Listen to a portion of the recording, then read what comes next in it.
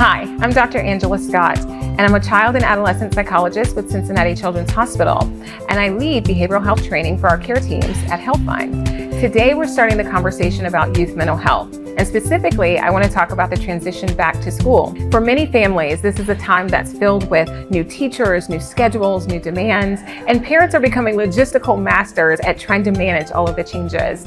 And so this is a normal time of year where most youth and a lot of parents especially are going to experience some stress. For many kids, they're experiencing a mix of excitement and a little bit of nerves. However, this can be a time that can feel really overwhelming for some kids. And so I'm going to give you 3 signs to know if your child or teen may be struggling. Number 1, you want to look for any changes to their sleeping habits or their eating habits.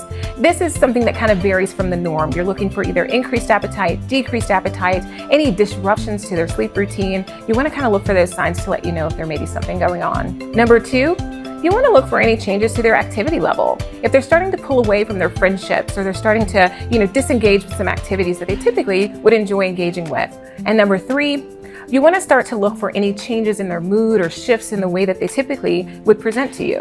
So this could be things like increased irritability. You might notice that they're expressing more sadness or down mood. And also if you notice any anxious worrying or things like that. Now, for the most part, as a parent or caregiver, the most important thing that you can do is to help to support your youth by just checking in. So here are some questions that you can ask. Things like, what are you most excited about with the new school year? What are some things that you might be a little bit worried about?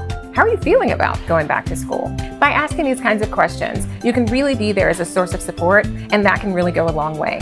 When starting the conversation, you want to try as much as you can to be open, to be calm, and to be curious. By taking that approach, you can really invite your child to have that conversation with you. The other piece is making sure that you're listening non-judgmentally. You want your child to know that you care about them and that they won't be judged for anything that they might share with you. Now, you don't have to be a mental health expert to have these conversations. In fact, as parents and caregivers, you are the expert on your child. So if you have a concern, trust your gut, and it's okay to reach out for help. You also want to normalize the idea that it's okay to feel overwhelmed and that the strongest thing they can do is ask for help. You can talk with your school counselor, the pediatrician. You can also talk with a mental health professional. Let's keep the conversation going and let's get our kids ready to go back to school.